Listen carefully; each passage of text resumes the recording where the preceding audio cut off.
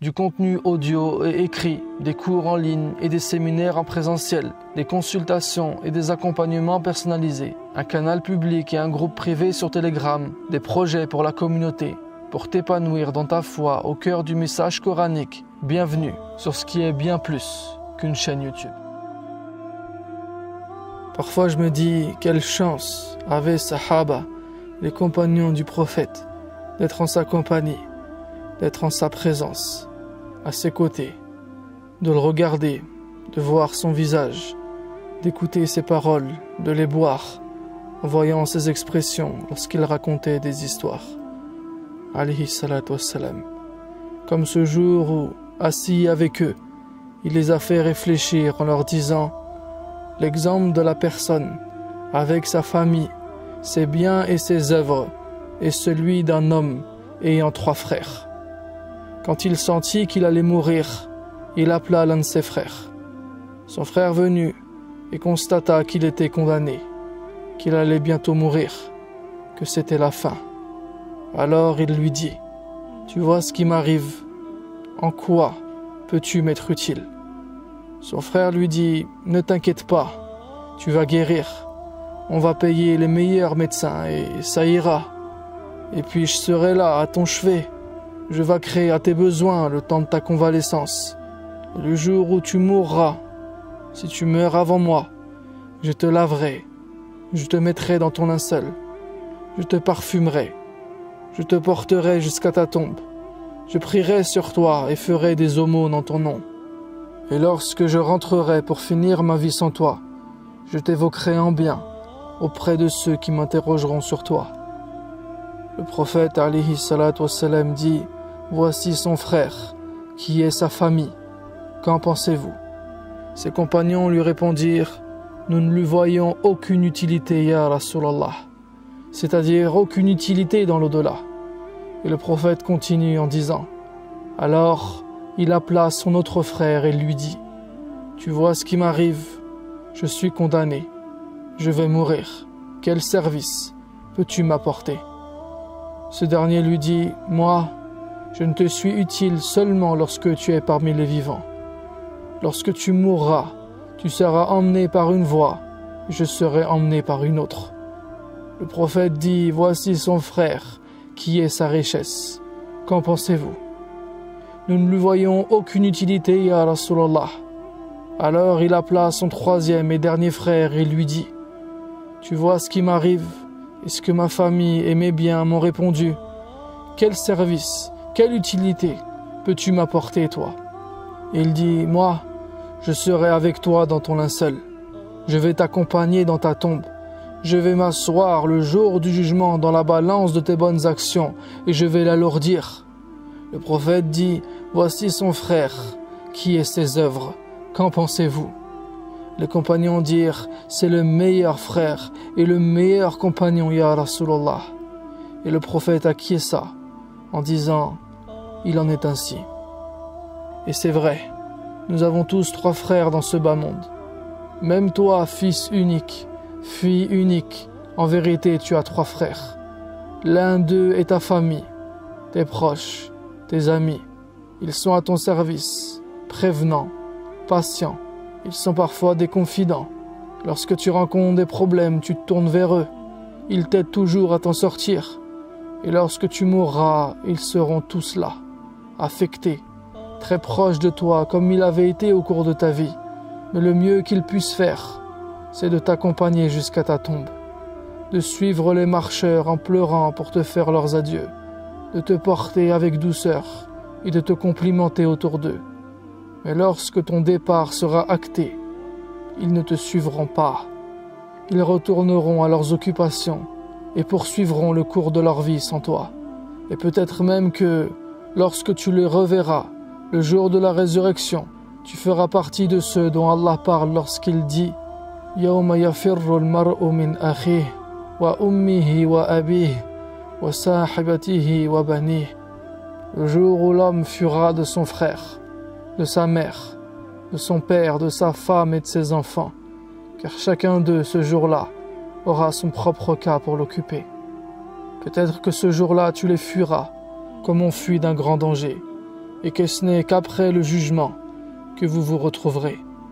Peut-être, peut-être pas. Ce qui est sûr, c'est que ce jour-là, il n'y aura ni rançon, ni amitié, ni intercession. Yawmun la bay'un fihi, wa la khullah, wa la shafa'a. Ton deuxième frère, c'est ta richesse, tes biens, tes possessions. C'est un frère que l'on aime beaucoup, à qui nous sommes très attachés.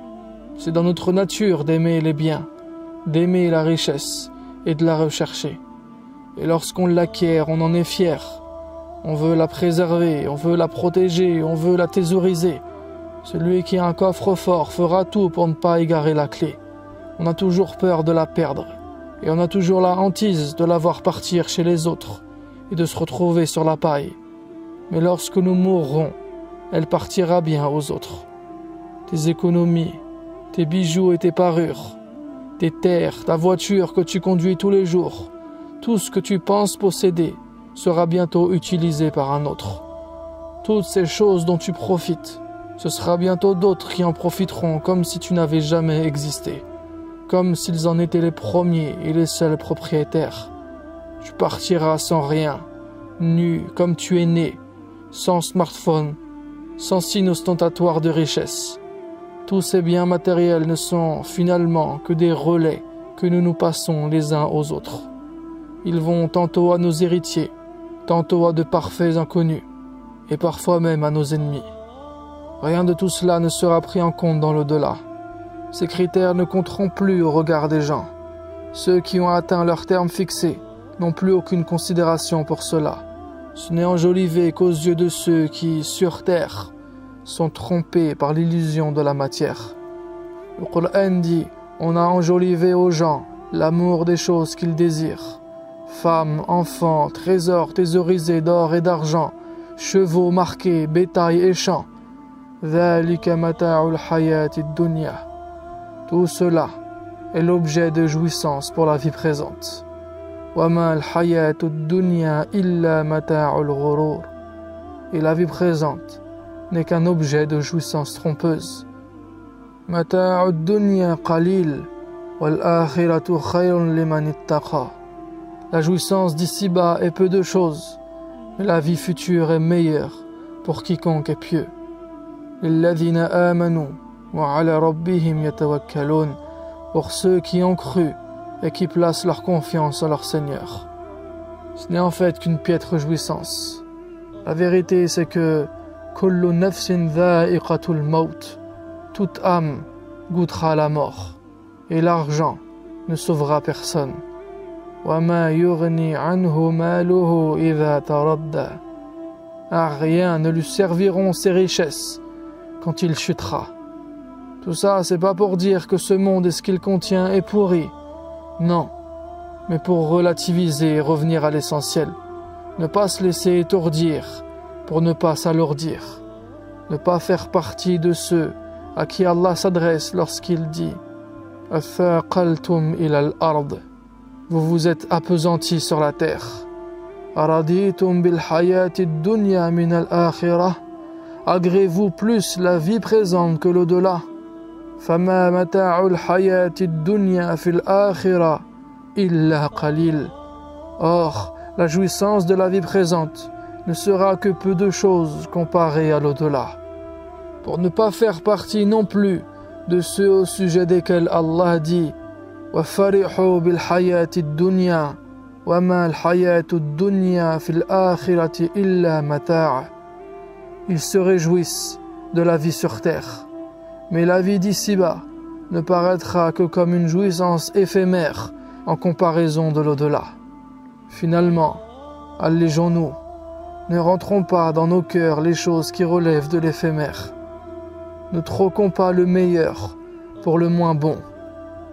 وَمَا أُوتِيتُم مِّن شَيْءٍ فَمَتَاعُ الْحَيَاةِ الدُّنْيَا وَزِينَتُهَا وَمَا عِندَ اللَّهِ خَيْرٌ وَأَبْقَى أَفَلَا تَعْقِلُونَ. Tout ce qui vous a été donné est la jouissance éphémère de la vie d'ici-bas et sa parure, alors que ce qui est auprès d'Allah est meilleur et plus durable. Ne raisonnez-vous donc pas? Ma indakum yanfad, wa ma indallahi baq. Tout ce que vous possédez s'épuisera, tandis que ce qui est auprès d'Allah durera. Allah résume tout ceci dans ce verset. Al-mal wal-banoun zinatul hayatid dunya wal baqiyatus salihat khayrun 'inda rabbika thawaba wa khayrun amala. Les biens et les enfants sont l'ornement de la vie de ce monde. Cependant, les bonnes œuvres qui persistent auront auprès de ton Seigneur une meilleure récompense et suscitent une belle espérance. Et voilà ton troisième frère. C'est ton œuvre, tes actions, ce que tu as accompli et fait de ta vie. C'est le seul qui te sera vraiment utile pour l'éternité, qui sera déterminant pour ton avenir, dans ce monde, durant la mort et à partir de la mort, à partir de ton agonie, jusqu'au jour du jugement, jusqu'à ton entrée au paradis ou en enfer. Pourtant, c'est celui qu'on néglige. C'est celui qui passe malheureusement souvent après notre famille, après nos amis ou après notre quête des biens matériels. Donc à toi de choisir. Soit tu le négliges et tu l'oublies, et dans ce cas ton âme deviendra de plus en plus noire, de jour en jour de plus en plus laide, de plus en plus mauvaise à cause des péchés et des mauvaises actions. Ou alors tu en prends soin, tu t'y attaches, tu en fais un enjeu existentiel, et ton frère le plus fidèle la parfumera et l'embellira par le bien, la bonté, l'amour et les bonnes actions. Il y a de grandes échéances qui arrivent, on ne s'en rend pas compte, on en perd trop conscience, mais wallahi, c'est le seul qui nous suivra réellement là où nous irons, à chaque jour de notre vie et à chaque moment de notre mort. Ce jour arrivera, le dernier événement de ta vie qui clôturera ton passage sur terre. Ce trépas qui conduira à une longue séparation dont l'aboutissement est inconnu. Ce jour où tu comprendras que c'est la fin, que tu es en train de périr. Et quand ce départ deviendra sérieux et imminent, tu chercheras du soutien, car tu sauras que tu ne peux t'en sortir tout seul. Et lorsque tu appelleras à l'aide, et que tu demanderas à ceux en qui tu avais placé toute ta confiance, qu'avez-vous pour celui qui va disparaître? Tes proches te diront, nous n'allons pas poursuivre notre relation. Et tes biens te répondront, prends de nous ce que tu veux encore, seulement maintenant. Et lorsque tout le monde t'aura lâché, il n'y en a qu'un qui répondra présent. Un seul qui s'avancera en disant, je suis ton frère. Tu ne verras aucun frère comme moi dans le malheur. Tu me trouveras à tes côtés. Je te défendrai et répliquerai pour toi. Je mettrai tout mon poids dans le côté de la balance que tu seras soucieux d'alourdir. Ne m'oublie pas et connais ma valeur, car j'ai un souci sincère pour toi et je ne t'abandonne jamais. On réussit ensemble ou on sombrera ensemble. Donc c'est maintenant ou jamais pour comprendre que le croyant fort est meilleur que le croyant faible. C'est maintenant qu'il faut agir pour ne pas se présenter devant Dieu comme un croyant fragile qui s'est laissé aller à ses passions, qui s'est laissé kiffer par le divertissement et l'insouciance, qui s'est laissé entraîner par ses envies bestiales pendant quelques minutes, quelques heures de jouissance pour des regrets éternels. C'est maintenant qu'il faut œuvrer pour ne pas se présenter devant Dieu comme un croyant distrait qui s'apercevra trop tard qu'il a consacré sa vie pour ce qui n'en valait pas la peine. Le croyant fort n'est pas parfait. Lui aussi, ça lui arrive de fauter, de pécher, de se tromper, de faillir. Lui aussi a des manquements. Mais il est résolu et déterminé à une chose: ne jamais lâcher l'affaire. Ne jamais lâcher cette corde que Dieu lui a tendue. Voilà le plus important.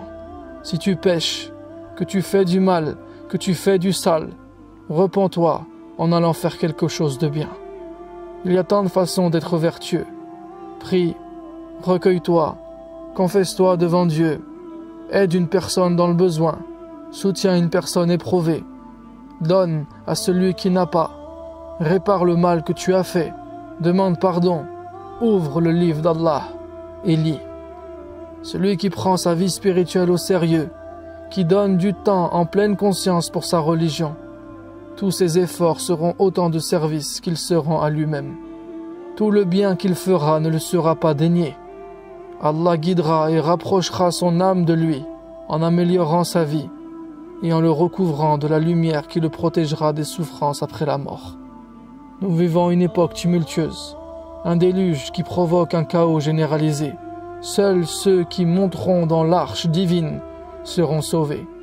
Le Coran est descendu pour entreprendre ce sauvetage de l'humanité.